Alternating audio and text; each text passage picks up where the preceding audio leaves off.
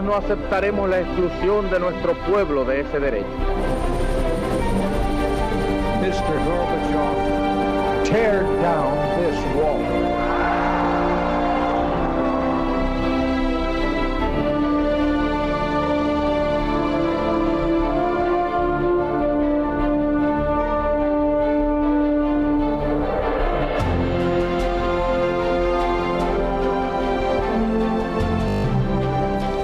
Buenas noches, señoras, caballeros, bienvenidos a Tiempos Modernos.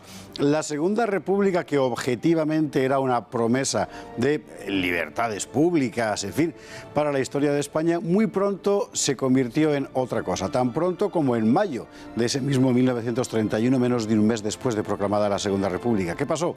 Pues que empezaron a arder conventos y colegios y bibliotecas y de todo, religiosos. Fue la famosa quema de conventos del 31. ¿Quién lo hizo? Los republicanos de izquierdas, la izquierda exaltada. Y aquello dio la medida de lo que iba a pasar después. No había pasado un mes desde la proclamación de la República cuando elementos exaltados de la órbita republicana protagonizaron las primeras algaradas. Objetivos: primero, los monárquicos, enseguida, las iglesias. Y ello a pesar de que la Iglesia institucionalmente había observado una exquisita neutralidad durante todo el proceso de instauración del nuevo régimen. Era el 10 de mayo de 1931. Cuando el gobierno conoció la intención de las turbas de quemar templos, Azaña, cínico, comentó que sería un caso de justicia inmanente.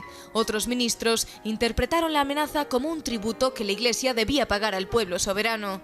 El ministro Maura propuso sacar a la Guardia Civil para frustrar los incendios, pero Azaña pronunció aquella frase tristemente célebre: «Todos los conventos de Madrid no valen la vida de un republicano». El gobierno no movió un dedo para impedir los incendios. Cuando una comisión de los incendiarios llegue a presidencia, el ministro radical socialista Marcelino Domingo se dirigirá afectuosamente al jefe de los pirómanos. Era Pablo Rada, compañero de Ramón Franco en el Plus Ultra y como él jacobino y exaltado. El alcalde de Madrid, Pedro Rico, de la órbita de Azaña, emitió un bando tras los incidentes donde se dirigía a los asaltantes y elogiaba la nobleza ingenua de vuestra exaltación. No hubo represión por estos hechos. Al revés, Azaña aprovechó la situación para plantear la expulsión de los jesuitas. Mientras esa medida llegaba, el gobierno expulsará al obispo de Vitoria, Mateo Mújica, y el cardenal Segura. Y Largo Caballero, como de costumbre, permitirá que se arme al pueblo, o sea, a los militantes del Partido Socialista. La furia anticlerical de 1931 se extendió de Madrid a Levante y Andalucía. Ardieron un centenar de iglesias y edificios, incluidos centros de enseñanza. La Escuela de Artes y Oficios, el Colegio Obrero de los Padres de la Doctrina Cristiana en Cuatro Caminos, escuelas de salesianos.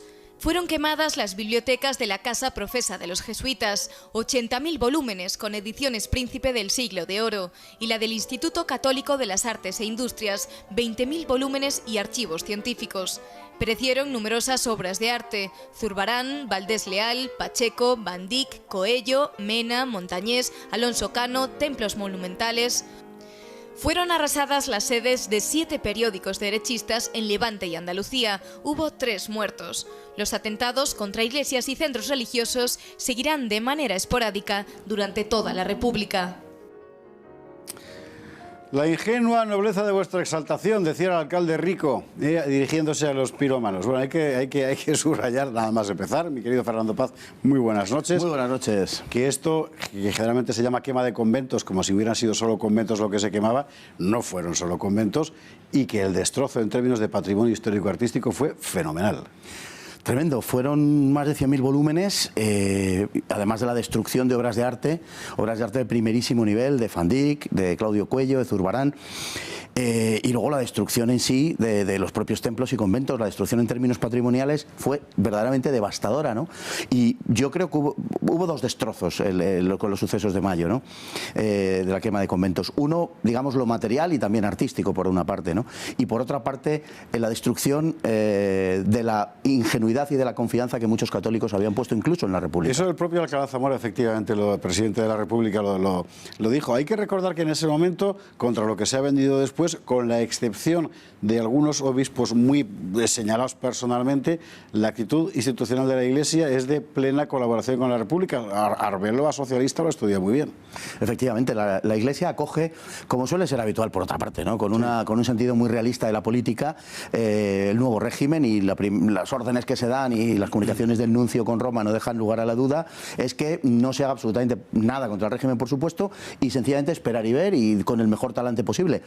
Incluso así lo explicita el diario El Debate, que no es sospechoso precisamente, cuando dice que los católicos no deben manifestarse en modo alguno contra el régimen naciente, sino que deben esperar y aguardar de él lo mejor. Luego ya veremos lo que sucede, pero de momento no recibirlo con ninguna animosidad, y era Ángel Herrera Oria el que estaba detrás de este artículo. Los propagandistas. Por el contrario, en la izquierda republicana, y más en aquel momento, el anticlericalismo formaba parte de su trayectoria histórica desde mediados del siglo XIX con las matanzas de frailes. Porque hay que subrayar que esto no lo hace el PSOE, no lo hace el PC, que era irrelevante en la época, no lo hace la CNT, lo hacen los republicanos de la órbita de Azaña. La verdad es que el armar toda esta historia es algo que todavía no está absolutamente explicado, hay que decirlo, ¿no? Se los investigó. Claro, entonces se tienen datos muy fragmentarios de todo esto realmente. Sabemos, por ejemplo, por Enrique Matorras, que el PC anduvo enredando, pero obviamente no es el agente principal en este asunto. La CNT como tal organización, aunque lo acogió con alborozo, con júbilo, no hay un incendio y os van. Pero efectivamente, pero no fue tampoco el protagonista principal. Sabemos también que el PSOE, el propio editorial del Socialista, justificó los hechos diciendo que es que los frailes habían disparado, literalmente, habían disparado desde los edificios religiosos contra el pueblo. Pero efectivamente, como bien apuntas, fueron sectores probablemente dirigidos por determinados personajes afectos o pertenecientes a las logias masónicas los que desencadenaron estos hechos.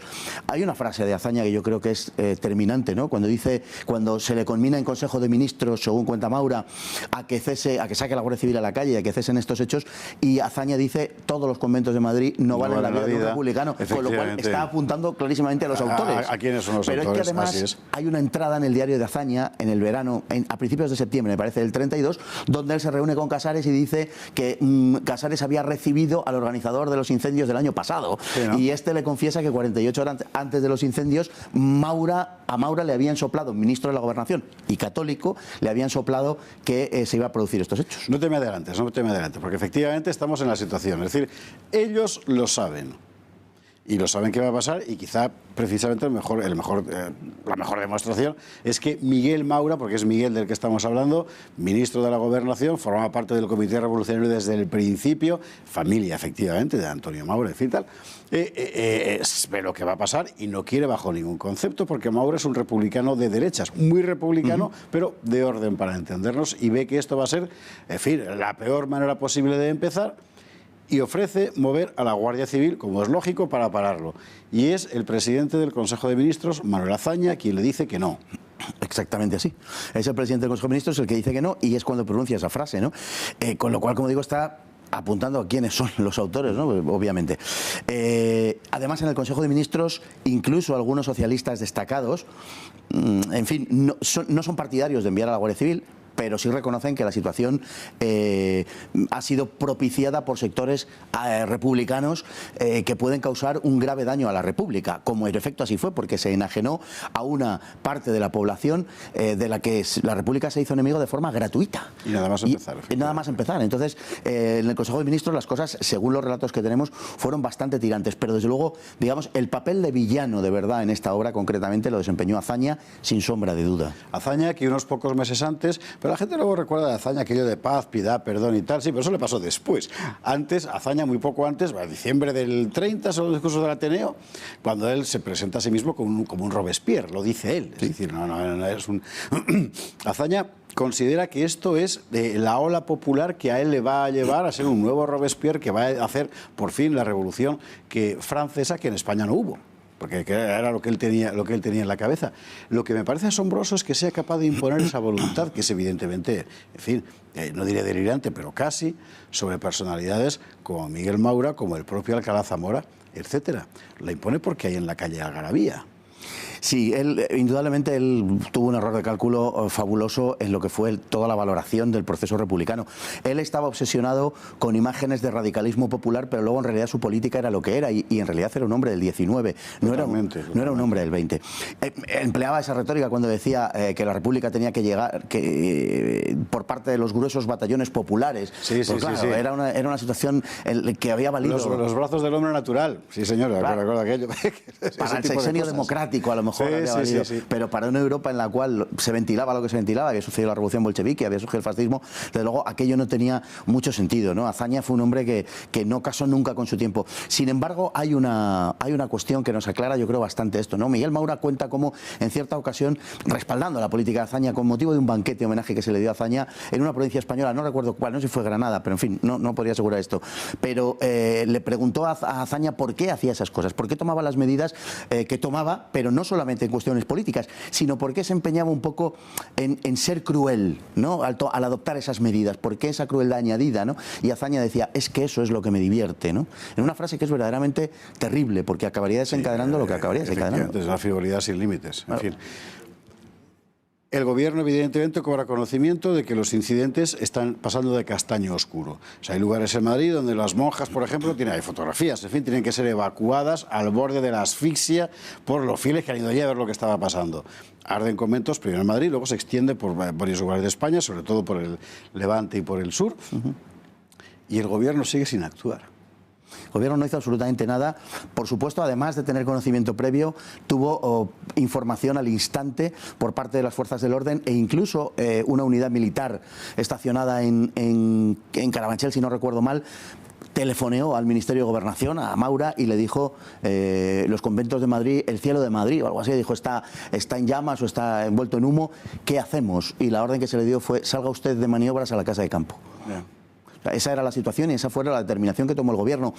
Muy probablemente todo el proceso vino auspiciado por elementos de la extrema izquierda que querían obligar al gobierno a tomar decisiones más radicales contra la Iglesia. Es bastante probable que en el fondo se tratase de eso.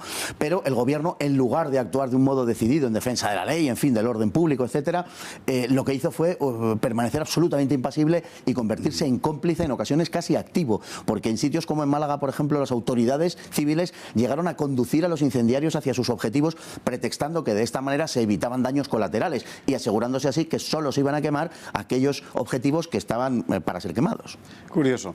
La versión oficial dice que bueno, que todo empezó en realidad porque al pasar unos republicanos por la sede del ABC en la calle Serrano oyeron la marcha real y eso prendió la indignación, la justa indignación del pueblo español que se manifestó. Que me da la impresión de que todo esto es una teoría ex post. O sea, el suceso efectivamente pasó, pero la quema estaba planificada de antemano.